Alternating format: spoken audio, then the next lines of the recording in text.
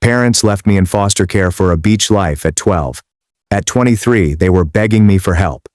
So I kicked them out of my graduation party. My name is Noah and I'm 24. But this story begins years ago, when I was just 12. Back then I felt my family was quite average, or what I considered to be typical. We weren't rich, but we had a decent house and clothes, and everything looked to be going well. Diane and Russell, my parents, acted as if nothing was wrong. Well, until it was. Then there was my sister Lily. Lily was the golden child, you know the type. Teachers adored her. Her parents could not stop gushing about her. If she sneezed that much, it was regarded as a masterpiece. Me? I was only Noah. It wasn't that I was a bad kid, but everything I did was just background noise. Lily received the fridge space for her drawings, while I got a slap on the back and a "that's nice, Noah." And the truth is, I didn't resent Lily for it. It wasn't her fault they treated her like a trophy and me as if I didn't exist, but it made me feel unimportant. Anyway, the day everything came apart began very routinely. I was in my room, playing with some old action figures that I hadn't completely outgrown yet. Diane then summoned me downstairs in that strange voice parents use when they're trying to appear calm, but you can tell something's up. I figured I had left the milk out or forgotten to do a task. When I walked into the living room, Russell and Diane were both sitting on the couch, looking far too serious to be discussing milk. "Sit down, Noah," Russell instructed, motioning to the chair across from them. His tone was tight, as if this were a meeting rather than a family talk. Diane, on the other hand, was doing her best to be empathetic, but something felt odd. I sat down, confused. Diane took a big breath and stated, "Noah, we need to talk about something important." My immediate reaction was that somebody had died. Perhaps it was a grandfather I scarcely knew. But then Russell stated, "We've had some financial difficulties and can't afford to take care of you anymore." At first, I assumed I had misheard him. "What do you mean can't afford to take care of me? Am I some kind of subscription you're canceling?" I just gazed at them, trying to absorb what he'd said. But Diane kept going. "It's not your fault, sweetie. This is something we've been struggling with for a while, and we had to make a really hard decision." A difficult decision, right? They made it sound as if they were considering which cable package to keep, not whether or not to abandon their child. I inquired what they meant, hoping it wasn't what it sounded like.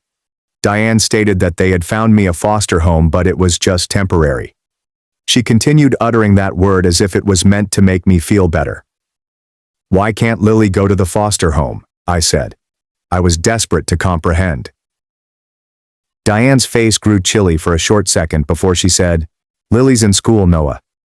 She needs stability." "Stability? As if I didn't?" Russell interjected before I could say anything else. "This isn't about choosing one of you over the other, it's about what makes the most sense right now." I started crying, and it wasn't the silent type. It was ugly. Full-fledged crying.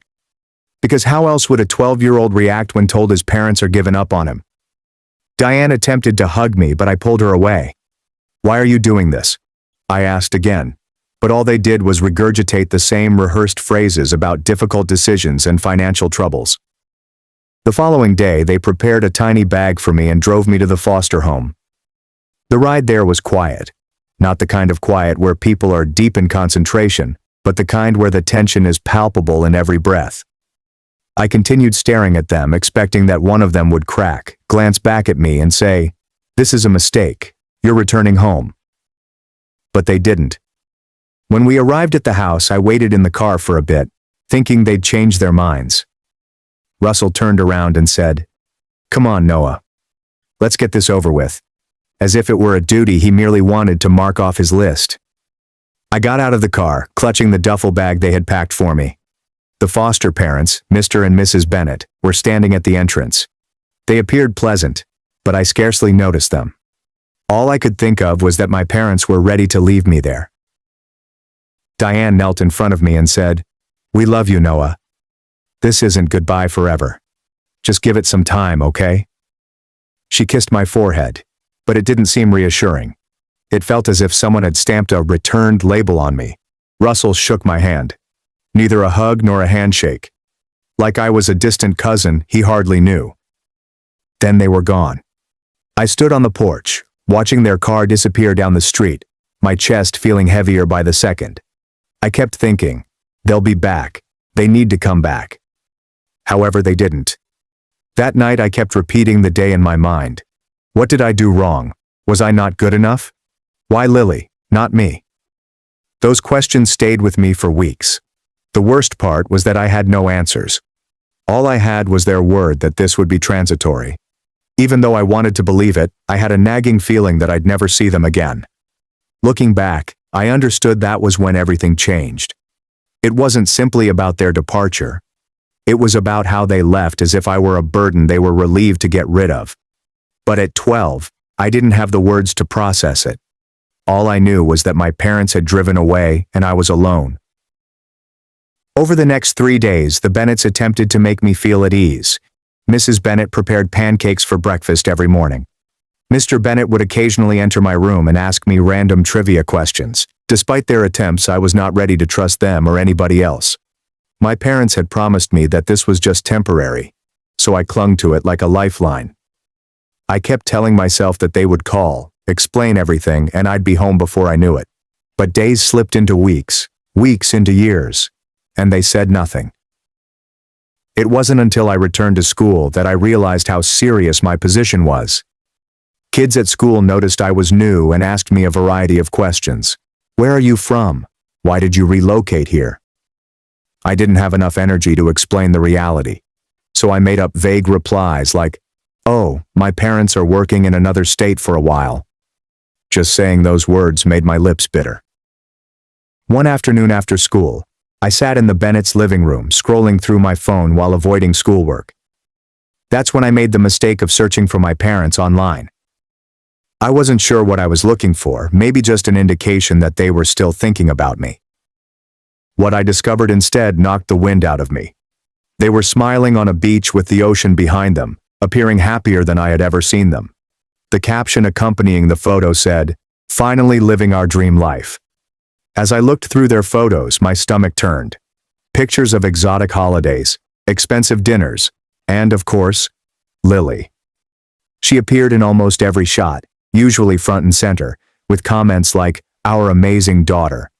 It was as if I did not exist. The longer I scrolled, the angrier I became. They said they couldn't afford to keep me, but here they were, living like influencers. And Lily was not in foster care like me. She was still among them, smiling at the camera as if everything was fine. I felt as if my head was spinning. They hadn't simply abandoned me. They had obliterated me. What struck me the most was not simply the images. It was a travel blog.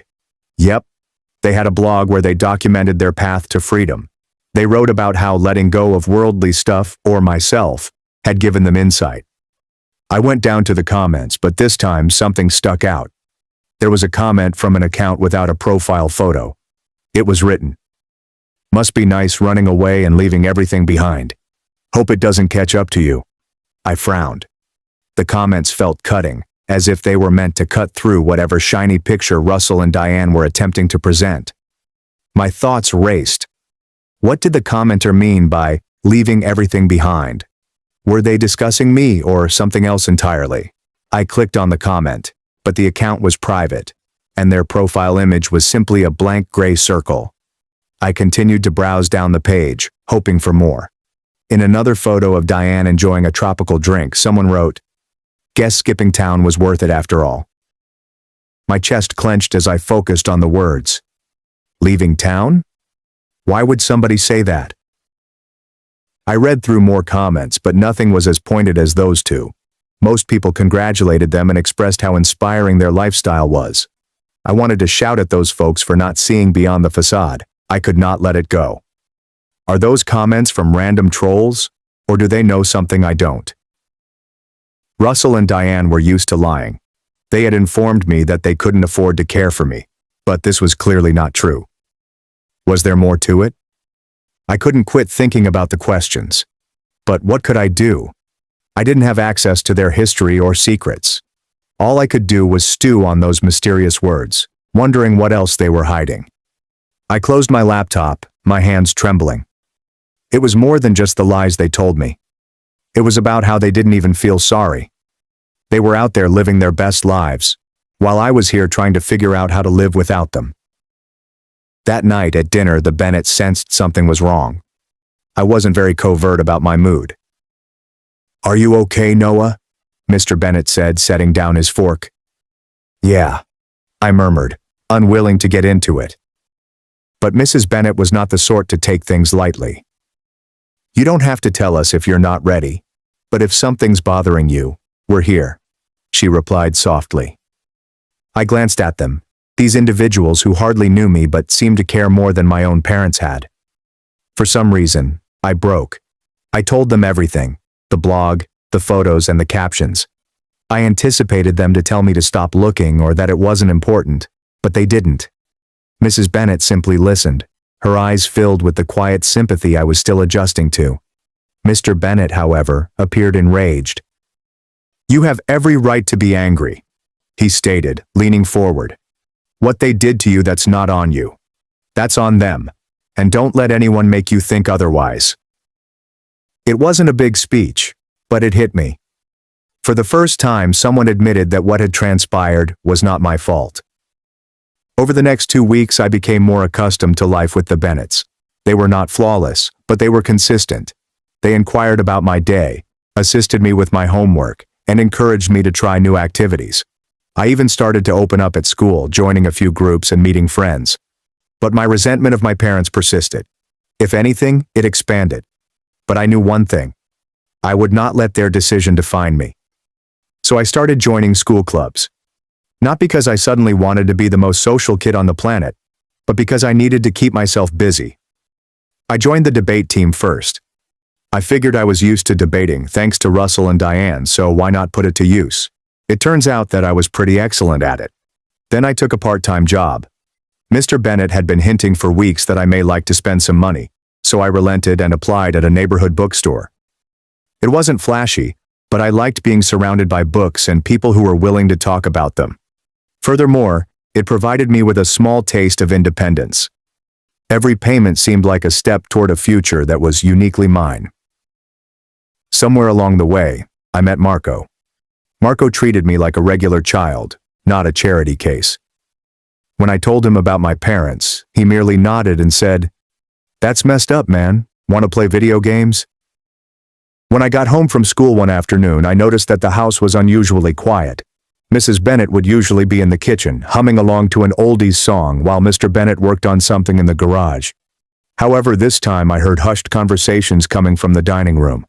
I paused in the corridor, just out of sight, straining to listen. "Should we tell him?" said Mrs. Bennett, her voice low and hesitant. "He has the right to know," Mr. Bennett responded. "If it's about him, we can't keep it a secret. It'll just upset him. He's doing so well right now," she told me. I stepped closer. What exactly were they talking about?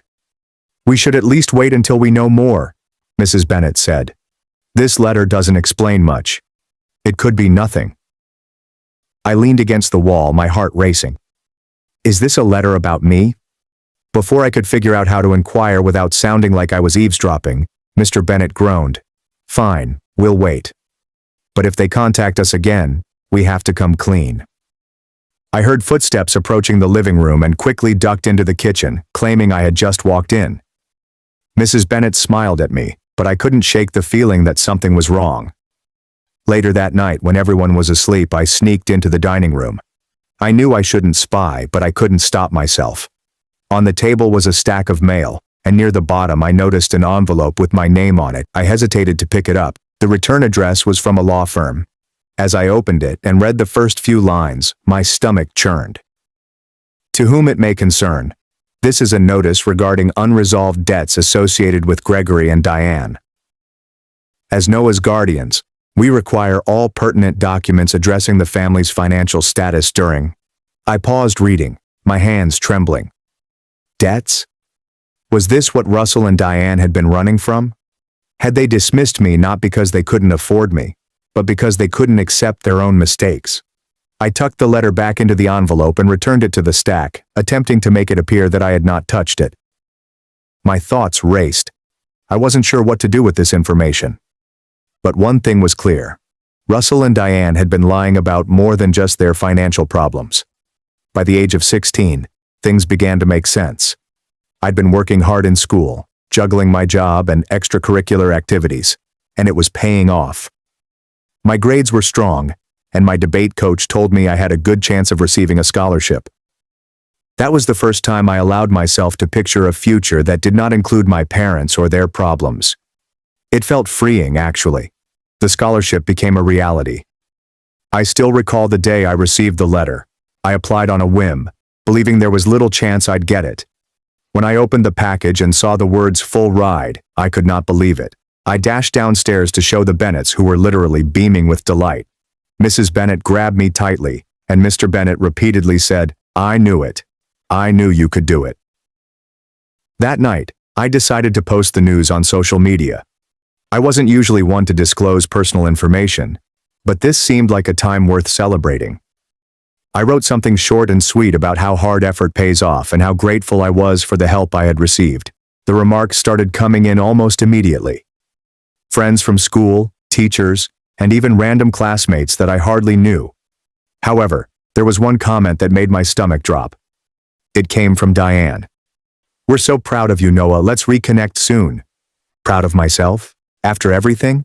I stared at the comment for what felt like an eternity, my rage rising to the surface again. They didn't just make a comment. It was so casual, as if we were distant relatives who had lost touch, rather than parents who had entirely abandoned their son. I did not respond. What could I possibly say? Instead, I deleted their comments and blocked them both. That's when I understood I didn't need their approval or guilt trips. The scholarship gave me a renewed feeling of purpose. I poured myself even deeper into my studies, determined to prove to myself, and perhaps to them, that I could succeed without their assistance. Mr. Bennett began teaching me little financial literacy lessons, which I found interesting. He showed me how to save, budget, and set long-term goals. It wasn't flashy, but it was practical and offered me a sense of power that I hadn't experienced before. With their support, I began instructing younger pupils after school. It was not something I had ever imagined myself doing, but it turned out I had a talent for describing things in a way that made sense. Plus, it felt wonderful to aid suffering kids, especially since I knew what it was like to be left behind. One day, during one of our tutoring sessions, Marco inquired about my ultimate aim. "Like, where do you see yourself in 5 years?" he asked, reclining back in his chair as if it were the most simple question in the world. I paused for a second before responding. "I just want to be stable, you know? Like, have my own place, my own life, and not feel like I'm relying on anyone else." "That's solid," he remarked, grinning. "But don't forget to have some fun along the way." Marco's remarks stayed with me. I realized I had been so focused on proving myself that I had left little room for anything else. So I promised myself I'd find a balance. I kept working hard, but I also began saying yes to things I normally avoided. Game nights with friends, unplanned road vacations, or simply hanging out at the park on a quiet Sunday. It wasn't much, but it reminded me that life doesn't have to be all work and no play. By the end of the year, I felt like a new person. I wasn't simply surviving anymore. I was prospering. The Bennetts had become my rock. Marco was like a brother to me, and it seemed like I was finally on my own road.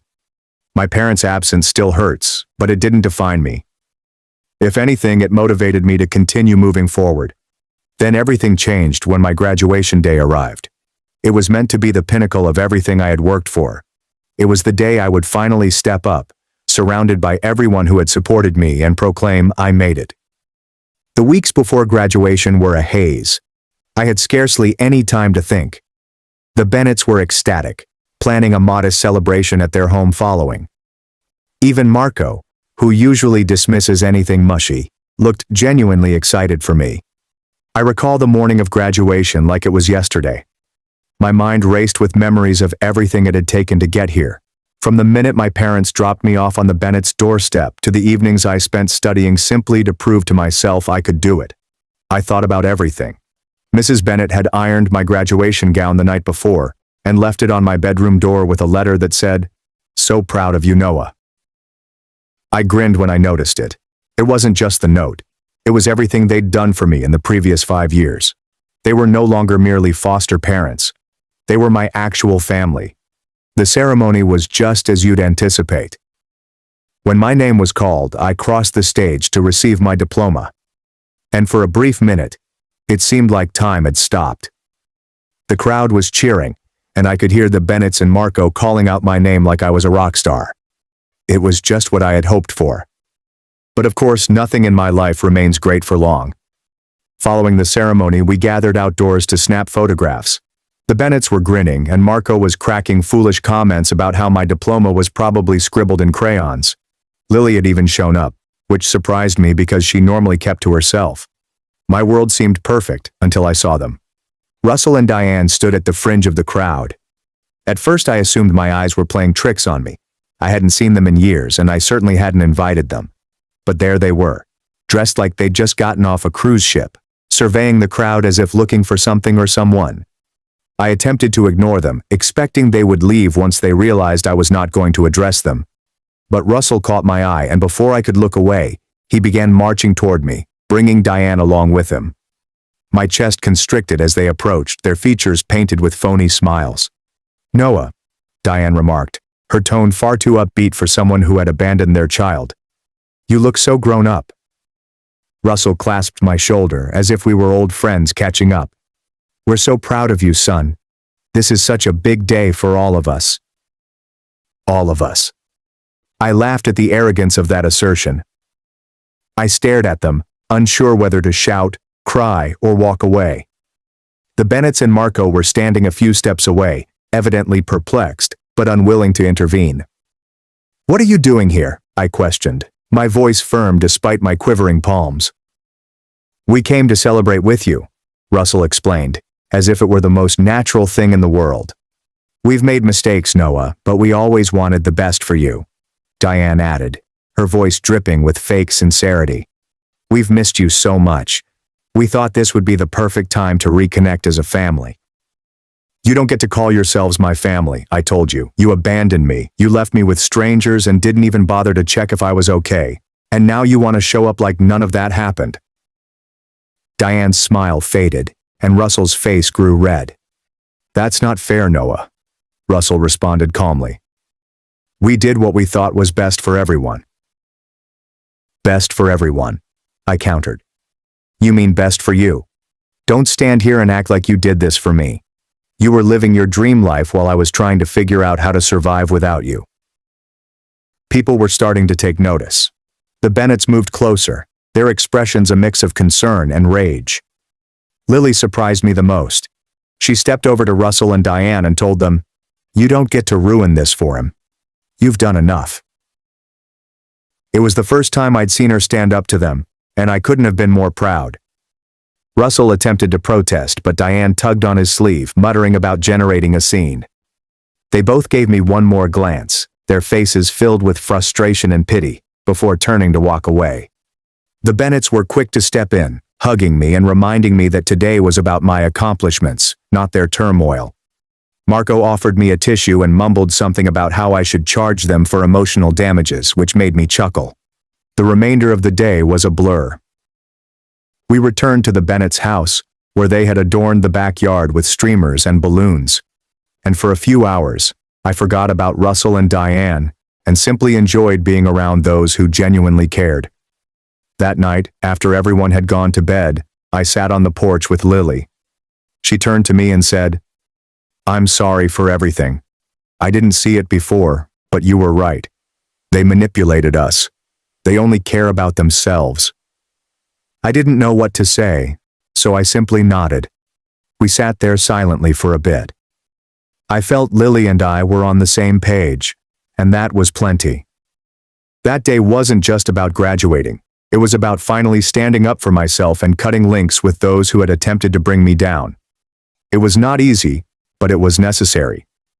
But I knew my folks were not finished yet. Their unexpected contact with me, as well as their insistence on returning to my life after all these years, gave me the impression that something was wrong. And I couldn't be more correct. A week after graduation, Diane sent me an email. At first I assumed it was an apology, but deep inside I knew better. It was lengthy, full of half-truths and justifications. She talked about how difficult things had been for them, how they made mistakes but always had my best interests in mind. She then said to me, "We hope we can move past this and reconnect as a family. You're doing so well and we're proud of you. Maybe you could help us out during this tough time." Help them out. After everything they'd done, or more properly not done, they had the audacity to beg for my assistance. It was humorous in an unfunny sense. I did not respond. I deleted the email and blocked their address, but the rage persisted like an unwelcome visitor. Lily had been keeping an eye on them, more out of curiosity than anything. She updated me on their newest shenanigans. They had spent their funds attempting to maintain the image of their so-called dream life, which they couldn't afford. The travel blog had failed, leaving them with nothing except debt and poor credit. They had sold the majority of their stuff and were couch surfing with distant relatives who, according to Lily, were losing patience with them. "They're a mess," Lily commented one night while on the phone. "But they keep blaming you for everything. They believe that if you simply forgive them, everything would automatically improve." Forgive them? For what? Making me homeless at 12? I snapped, bitterness evident in my voice. Lily sighed. "I am not saying they are correct, Noah. I am only telling you what they are saying." Their downfall was not something I cheered for, but I couldn't say I felt sorry for them either. They'd made their decisions, and now they were coping with the consequences. Meanwhile, my life was progressing. One afternoon, I received a notification on my phone that left me dumbfounded. Russell and Diane had found me on LinkedIn. They'd commented on a post I'd written about my future scholarship saying, "We're so proud of you, Noah. Let's catch up soon." It was almost identical to the comment they had made on my graduation post. I had no idea they knew how LinkedIn operated. I instantly blocked them, but that wasn't enough. They started messaging people in my network, including co-workers, professors, and the Bennetts. The texts were all the same, a combination of guilt-tripping and plain lies about how I had abandoned them. One of the messages got to my employer at the bookshop, who called me aside one day to inquire what was going on. "Look, I don't want to pry," she explained, "but someone pretending to be your parents sent us an email. It was weird." I felt humiliated. "I'm very sorry," I said. "They are not actually a part of my life. I'll handle it." To her credit, my employer did not press me for information. She simply nodded and added, "Well, if they bother us again, let me know. We have your back." Hearing that was reassuring, but it also showed me how far Russell and Diane were willing to go. They were not only invading my personal life but also attempting to undermine my professional one. Around this time, Lily stepped in, issuing a public statement on social media and calling them out. She didn't hold back, telling us how they abandoned both of us and refused to accept responsibility for their actions. "Noah and I have fought hard to rebuild our lives without their help," she wrote. "We do not owe them anything." Her post went viral, and hundreds of others commented in support. While it was encouraging to have so many strangers supporting us, it also exacerbated the issue. Russell and Diane began striking out, writing their own dramatic rants about how ungrateful we were and how much they had done for us. Their messages were full of half-truths and plain lies, but as they spoke, more people saw through them. Then Lily called me, her voice strangely enthusiastic. "Do you recall the old storage unit they had? It turns out they stopped paying for it, and the landlord allowed me to take a few items before emptying it out." An hour later, she arrived at my house carrying a damaged cardboard box. "You need to see this," she replied, dropping it on the table. Inside, I discovered a folder full of documentation, unpaid invoices, foreclosure notifications, and letters from collection agencies. My stomach dropped as I flipped through them. "They were living way beyond their means," Lily stated coldly. "Failed enterprises and maxed out credit cards. It appears that they fled rather than face the situation." Near the bottom of the stack, a letter from their lawyer drew my attention.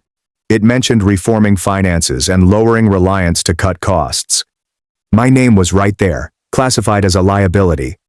I slammed the folder closed, my hands trembling. "They didn't leave because they couldn't afford me," I admitted quietly. "They left because it was easier than cleaning up their mess." Lily paused for a time before responding. I thought you deserved to know." "Thanks," I mumbled. After she departed, I glanced at the folder, torn between destroying it and preserving it as evidence. I ended up keeping it for myself rather than for them. By the time I started college, their reputation had deteriorated. People reported their crowdfunding projects as bogus, and even the family they were residing with had kicked them out. According to Lily, they were living out of their car and still believed I owed them money. Meanwhile, I was thriving. College was all I dreamed for, and I was determined to make the most of my scholarship. I have created a modest side business offering financial literacy classes on campus. It wasn't spectacular, but it felt nice to give back, especially given how much the Bennetts had taught me about money management. One day during my second semester, I received a call from Lily. "You're not going to believe this," she replied, her tone alternately frustrated and disbelieving. "They showed up at my apartment." "What?" I asked as my chest tightened. "They were crying, Noah, begging me to convince you to talk to them. They said they're desperate." I sighed and rubbed my temples. "What did you say?" "I told them to leave. I said if they showed up again, I'd call the police." I wasn't sure whether to be angry or relieved. Part of me resented that they were still attempting to draw Lily into their turmoil. But a part of me was proud of her for staying firm. She had come a long way from the timid girl who avoided confrontation at all costs. I did not owe them my forgiveness, money, or time. I owed myself to continue living the life I want, free of their influence. But of course, Russell and Diane were not finished with me. They were not the type of folks who let go, especially not when they believed there was anything in it for them.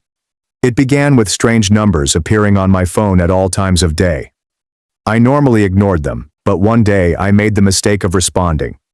It was my Aunt Rachel, a relative I hadn't spoken with in years. She did not waste any time. "Noah, what is wrong with you?" she demanded before I could even say hello. "Excuse me?" I asked, caught off guard. "Your parents are struggling, living in their car, and you're just ignoring them like they don't exist? They're your family, Noah. You owe them at least a little kindness." I held down the temptation to chuckle. Kindness. Did they treat me kindly when they dropped me off at a foster home and never looked back? Were they kind to me when they left me to fend for myself at 12? Rachel huffed, obviously not expecting me to push back. "They were doing what they thought was best. People make mistakes, Noah. You're being heartless." I hung up. I didn't want to waste my time justifying myself to someone who clearly had no understanding of what I'd been through or, worse, didn't care. Over the next few weeks, I received similar calls from distant cousins, the majority of whom had not contacted me in years. It was the same story every time. I was the ungrateful son, the selfish one who couldn't forgive his unfortunate parents. None of them appeared to realize that Russell and Diane weren't only bad parents. They were toxic, manipulative, and reluctant to accept responsibility for their acts. Helping them would just draw me back into the chaos from which I had fought so hard to escape. When the calls failed, Russell and Diane escalated the situation. One day, I received an email from a lawyer representing them. The subject line itself made my stomach turn. Notice of intent to pursue financial support. I opened it and skimmed the legal jargon, which boiled down to the following. They were suing me for financial abandonment. According to the email, they believed I had an obligation to support them now that I had achieved success. It was hilarious. First of all, I was not a millionaire. Sure, I was doing well, but I was still in the beginning stages of my profession. Second, I had been in foster care. Legally, I owed them nothing. I emailed the email to a lawyer the Bennetts had recommended, who told me it was a bogus threat. "They don't have a case," she explained. "They're trying to scare you into giving them money. Don't engage." It was sound counsel, but it left an unpleasant taste in my mouth. After everything they'd done, the thought of them twisting the story to make me the bad guy stung even more. Instead of stewing about it, I focused my energies on my task. By now, my financial literacy classes had evolved into something far larger. What began as a side venture has grown into a full-fledged organization that teaches young adults around the country how to handle their money and plan for their future. I've worked with nonprofits, schools, and even some well-known enterprises. Every accomplishment felt like a step forward from the person I was before Russell and Diane left me behind. I recently received an email from a producer who learned about my story through one of my nonprofit partners. They were creating a series about resilience and wanted to include me. Initially, I was apprehensive. Did I really want to put my tale out there for everyone to see? But, after discussing it with the Bennetts and Lily, I decided to go for it. If sharing my story might make even one child in foster care feel less alone, it would be worthwhile. The filming procedure was strange. They asked whether I wanted to mention anything about Russell and Diane. I deliberated for a long time before deciding to discuss them briefly, not to shame them, but to provide context for my path. They made their choices, I explained during one of the interviews, and those choices shaped me in ways I never expected. But they don't define me. My life now, the family I've built, the work I do, that's what matters. But during one of the filming breaks, the producer approached me, appearing hesitant. "Hey, Noah," she began. "We found something during our research. It's about your parents. Are you okay hearing it?" I raised an eyebrow. At this point, I'm not sure anything could shock me, but go ahead.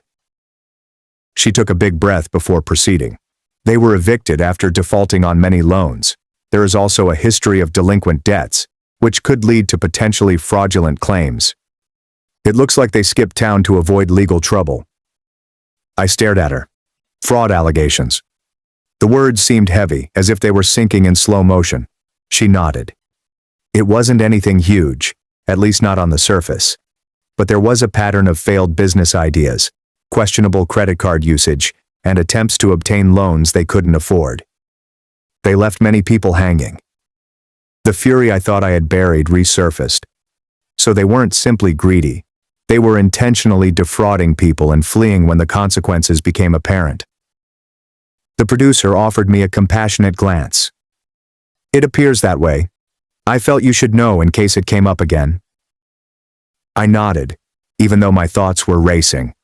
Their lies had always seemed personal, as if they were solely about me. But knowing they had left a trail of ruin made things worse.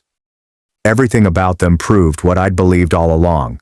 They abandoned me because it was convenient, a way to cut their losses and start again. However, when the documentary was released, the response was enormous. Messages came in from people who had grown up in similar situations, thanking me for telling my tale. Some claimed it gave them hope. Others simply claimed it made them feel seen. It was unexpectedly humiliating. Russell and Diane attempted to take advantage of the documentary, as one could expect. They went on social media and posted big dramatic rants about how I had portrayed them as villains when they were the true victims. It did not work. If anything, it backfired. People who watched the documentary began calling them out, pointing out flaws in their tales and questioning their motivations. Their efforts to recover compassion merely reinforced their reputation as manipulative and selfish. Meanwhile, I purchased my first home, a modest space in a quiet area where I could finally feel like I belonged. I invited the Bennetts and Lily over for a housewarming meal, and we spent the evening laughing, eating too much, and reflecting on how far we had come. Lily had also been prospering. She had graduated from college and was embarking on her own career, free of Russell and Diane's influence. To be honest, I have no regrets about the decisions I took. Cutting ties with Russell and Diane was difficult, but it was necessary. My success was thanks to the Bennetts, Lily, and the family I formed. Not blood, but the people that turned up. And that is all that matters. At the end of the day, family is not defined by blood. It's about who shows up, who stays, and who encourages you to be the best version of yourself. And the family I chose exceeded all of my expectations.